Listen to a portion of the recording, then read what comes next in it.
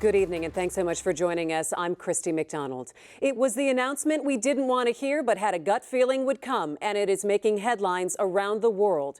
Detroit is officially the largest city in history to file for bankruptcy. Years of borrowing, a dwindling tax base, billions in debt. We now know what rock bottom looks like. This morning, Emergency Manager Kevyn Orr announced the Chapter 9 municipal bankruptcy filing. We didn't make this decision improvidently or in haste.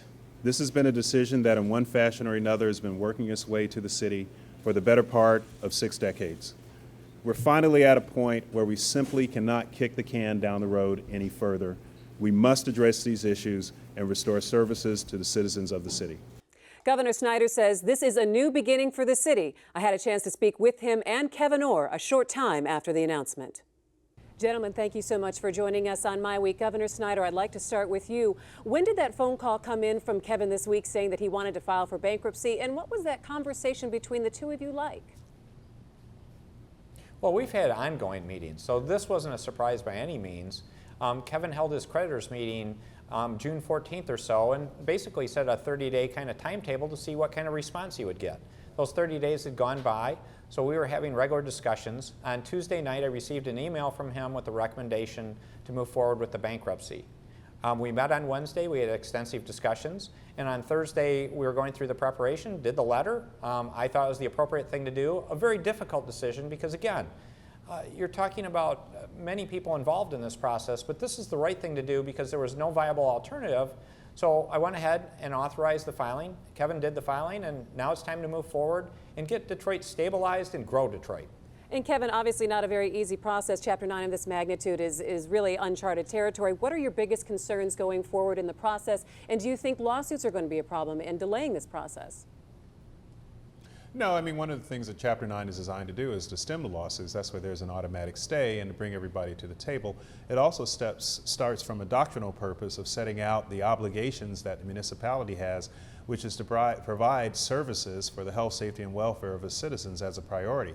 So we are trying to anticipate some of the objections that may come. That's typical in these types of cases. We've seen them before in other large cases. We filed today a motion to set out a scheduling order so that there'll be a process by which people can file objections. We'll file responses, and we'll have our eligibility to file going forward. And then we're going to have a discussion regarding a plan of adjustment that we're going to try to get to certainly before the end of the year.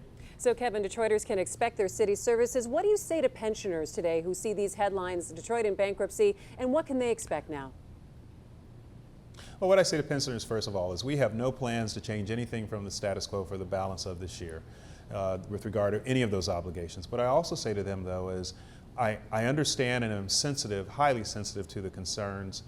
I appreciate the fact that this is scary, but the reality is we've been coming this way for the past several decades, more acutely just in the past 8 years. In 2005, we borrowed $1.5 billion, which was supposedly to close the pension gap and solve the problem, and it didn't do it. And since that time, we've been engaging in shaky practices and gimmicky behaviors, deferring pension obligations, borrowing from the capital markets, messing around with the assumed actuarial liabilities or the amortization, which means how much money we need to pay out over time.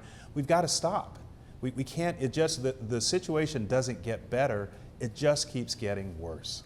Governor Snyder, this is an international story. Are you concerned now the perception of Detroit, a city in bankruptcy, will damage Michigan as a whole? Well, it is a challenge. And again, this is not something we want to have happen, and it will cause some issues in terms of perception. But this isn't about public relations. This isn't about politics.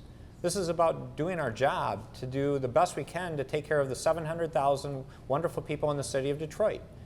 They're my customers. They helped elect me with 9 million other Michiganders. So this is doing the right things by them to say they deserve better services. They deserve a Detroit that's stable and growing in terms of city government. And that's what I'm staying focused on.